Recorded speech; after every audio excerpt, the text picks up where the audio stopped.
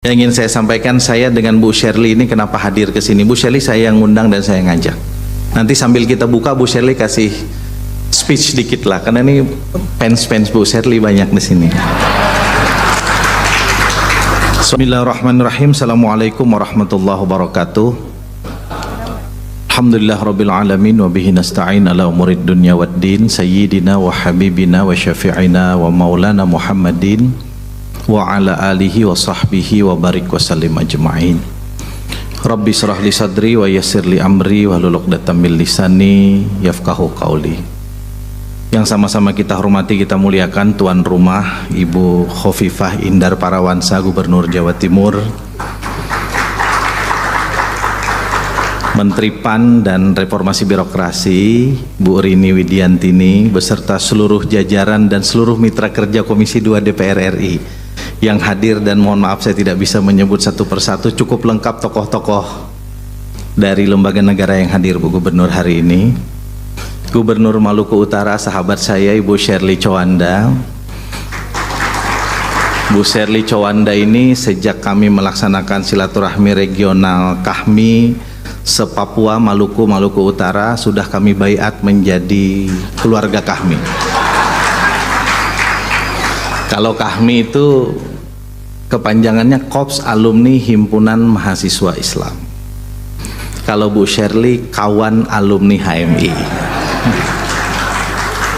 Adinda Emil Elestianto Dardak, Wakil Gubernur Jawa Timur yang juga merupakan alumni HMI. Adinda Emil ini sahabat saya hampir 20 tahun.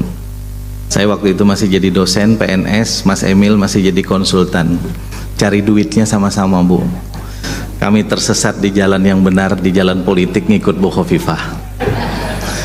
Pertama saya mengucapkan permohonan maaf karena pesawat saya hampir 1 jam berputar-putar di udara, dan karena kehendak Allah dan syafaat Rasulullah saya bisa landing dan kita bisa bertemu pada kesempatan hari ini walaupun waktunya sudah sangat mepet.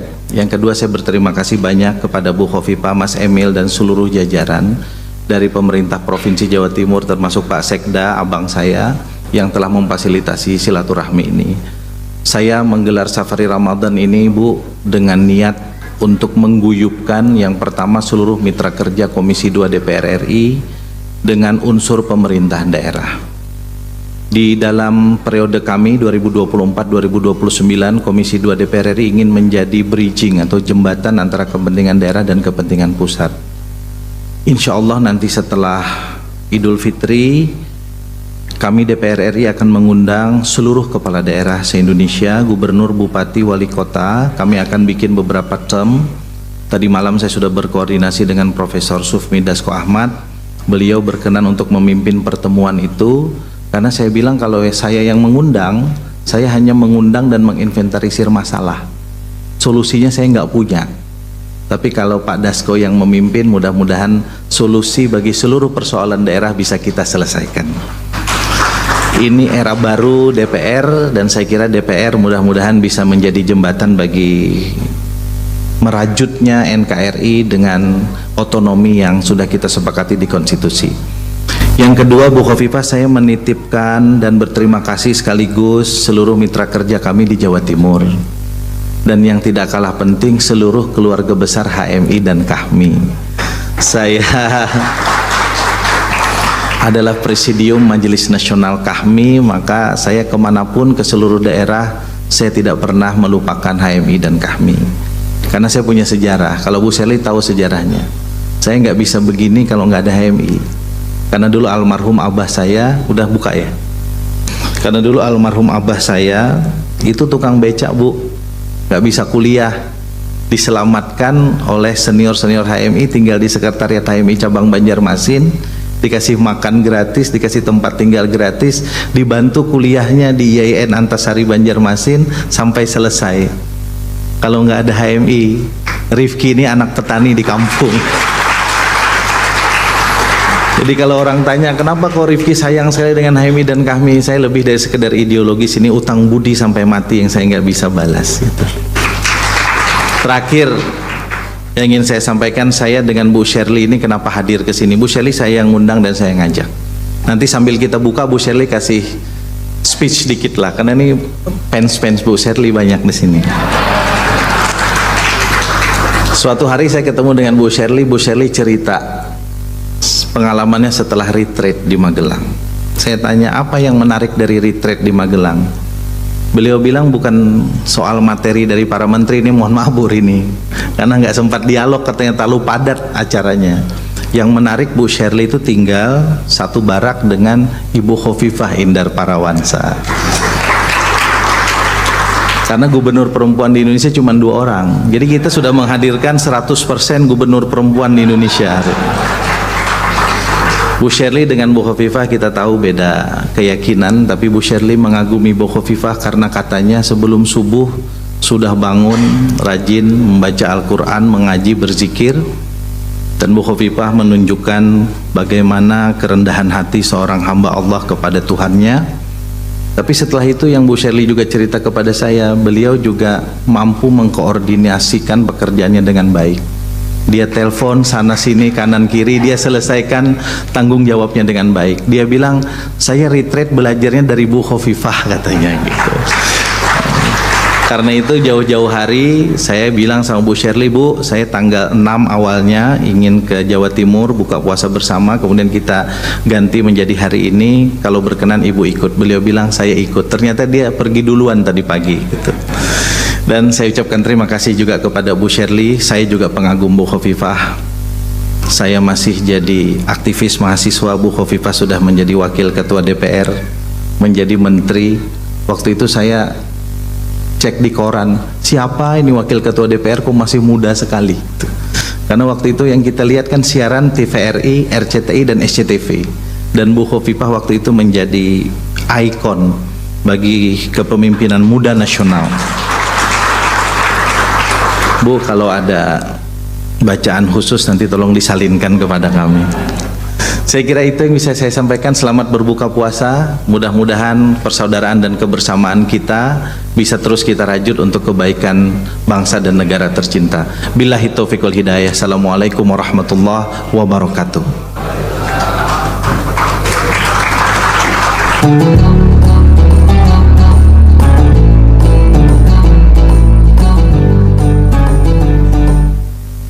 Baik Bapak Ibu hadirin tamu undangan yang kami hormati, tentu dalam kesempatan ini juga akan kita simak dan ikuti sambutan Menteri Pendayaan Aparatur Negara dan Reformasi Birokrasi Republik Indonesia yang terhormat Ibu Rini Widianti di SHMPM. Kami silakan.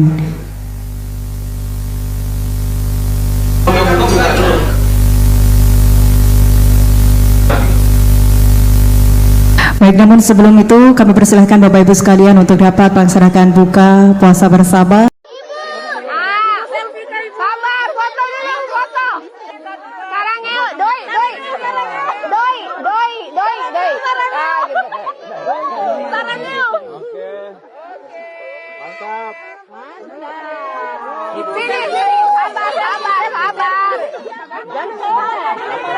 Sini sama Pak Wagub, sama foto nih Pak Wagub. Ini Pak Wagub, sini Pak Wagub selfie Pak Wagub selfie. Tuh ditaruh di kapal ya Pak, bukan di rumah, di kapal ya, di kapal. Total ada berapa banyak? Total bantuan berapa banyak? Bantuan untuk apa 250, 65 untuk baling-baling Pak. 65 untuk baling, untuk 65 kapal. Iya. Speedboat. Baling-baling 40 PK. Iya. Atau macam-macam. Iya. Semua 40 PK. Iya. Kemudian dan apartnya 250 unit. Iya. Dibagi kepada berapa pemilik kapal? 4 koperasi. Iya, koperasi. Oh. Jadi pembagian alat pemadam api untuk 4 koperasi ada 250 unit. Iya. Ya, untuk ditaruh di kapal ya Pak, bukan di rumah, di kapal ya, di kapal. Kemudian ada baling-baling mesin 40 PK sebanyak 65 unit dibagi ke 4 koperasi. Siapa? Lalu Jawab tadi Bu. siap. Dokter, suster, bidan, gula darah, Masih bagus, adanya masih bagus. diabetes, hepatitis, apalagi? Hai. Ini gimana caranya? Ibu agak gaptek. Ini tuh longgar, aku harus punya sendiri. Saya saya selingkar kepalaku. Ini pertama kali saya nanam. Tangannya masuk. Dicelupin. Ini cukup. Jaraknya berapa sejengkal?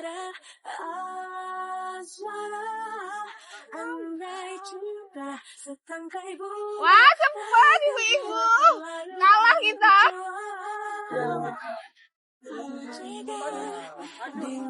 Ini tuh longgar, aku harus punya sendiri, saya selingkar kepalaku.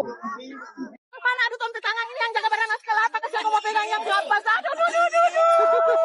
Ini barang dia. Coba saling akan ibu pegang. Lama-lama gantian.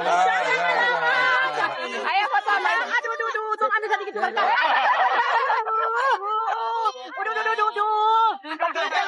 Kalau ini ibu nasi kuning. Iya. Namanya ibu Sari. Iya. Semoga laris jualannya. Berlalu sobaan.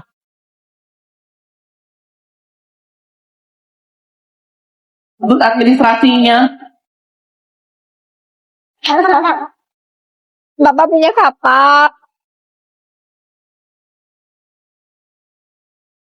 1 tahun lalu, tepat 20 Februari tahun 2025, Gubernur Maluku Utara Serly Coanda memulai amanah besar menghadirkan perubahan nyata. Dan perubahan itu mulai terasa. Di bidang pendidikan, biaya komite SMA, SMK, dan SLB negeri maupun swasta resmi dihapus melalui program BOSDA. Tahun 2025 dialokasikan senilai 38 miliar dan meningkat menjadi 50 miliar pada tahun 2026. Lebih dari 54 miliar dari APBD dan 92 miliar APBN juga digelontarkan untuk revitalisasi dan digitalisasi sekolah. Ini tentang memastikan tidak ada lagi anak Maluku Utara yang tertinggal karena biaya. Di sektor kesehatan, hampir 100% warga telah terdaftar dalam BPJS Kesehatan. Dengan KTP Maluku Utara, layanan dapat aktif dalam 24 jam. Akses kesehatan kini lebih cepat, lebih mudah, dan lebih merata. Untuk kesejahteraan masyarakat, 700 rumah tidak layak huni direnovasi pada tahun 2025 dengan anggaran sekitar 20 miliar dan ditargetkan meningkat menjadi 1.500 rumah pada tahun 2026 karena bangunan yang layak adalah dasar kehidupan yang bermartabat. Di sektor pertanian, 1.500 hektar dibuka untuk lahan baru dan 41 km jalan tani dibangun. Hilirisasi komoditas kelapa dan rempah didorong melalui kolaborasi dengan Kementerian Pertanian Republik Indonesia agar petani tidak hanya menjual bahan mentah, tetapi memperoleh nilai tambah yang lebih besar. Di laut, transformasi pesisir dimulai dari kampung nelayan Dufa-Dufa dengan bantuan 230 kapal dan alat tangkap serta akses pembiayaan untuk memperkuat kemandirian nelayan. Pembangunan infrastruktur juga diprioritaskan dengan alokasi sekitar 700 miliar untuk jalan dan jembatan demi membuka konektivitas antar wilayah. Pada tahun anggaran 2025, Dinas PUPR Provinsi Maluku Utara membangun 8 unit jembatan dengan total bentangan 145 meter di Desa Sambiki, Ruas Labuha Sawadai, Laiwuyu Juketamo, Sangu Induk, serta Tulabi Togore Batua. Selain itu, dibangun jalan beraspal sepanjang 6,2 km pada ruas SP Sidanguli Jailolo, Ibu Kedi, Kedi Galela, dan Tulabi Togore Batua. Pada tahun anggaran 2026, direncanakan pembangunan lapen sepanjang 49,5 km dan jalan beraspal 15,5 km di wilayah Halmahera, Pulau Mangoli, Pulau Mekian, dan Kota Ternate. Pada tahun yang sama, juga akan dibangun 12 unit jembatan dengan total bentangan 662 meter di sejumlah sungai dan ruas provinsi, antara lain Ake Bastiong, Ake Bibinoi, Ake Dolit, Ake Samo, Kalioba 2, serta ruas Laiwui Jikotoma Anggai. Dan dalam tata kelola pemerintahan, Maluku Utara berhasil masuk pada zona hijau Monitoring Center for Prevention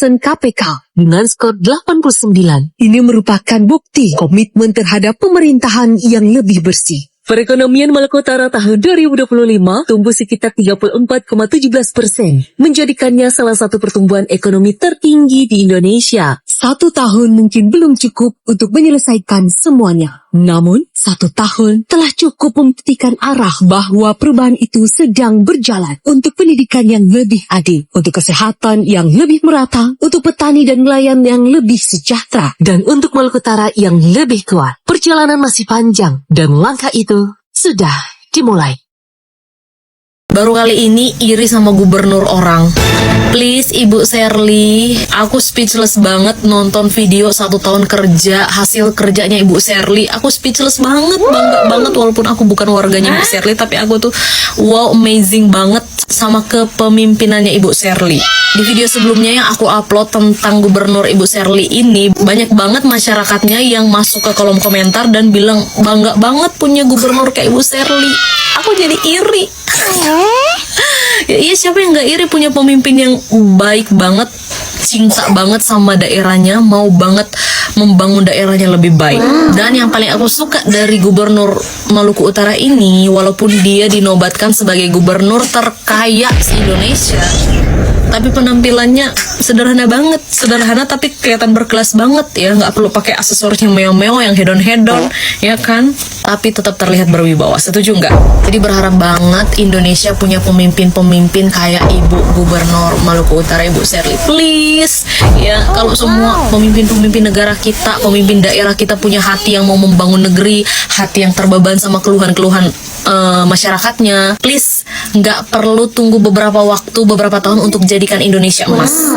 Tapi kalau para pemimpin negeri cuman bisa memperkaya diri sendiri, nggak peduli sama rakyatnya, nggak peduli sama daerahnya, ya mau sampai 2000 tahun ke depan pun nggak akan jadi, nggak akan terwujud Indonesia emas, nggak akan terwujud masyarakat yang sejahtera. Karena kebanyakan pemimpin-pemimpin daerah kita cuman mementingkan kepentingan diri sendiri. Salut banget sama Ibu Sherly, salut banget, bangga banget, iri banget sama masyarakatnya yang punya gubernur kayak gini.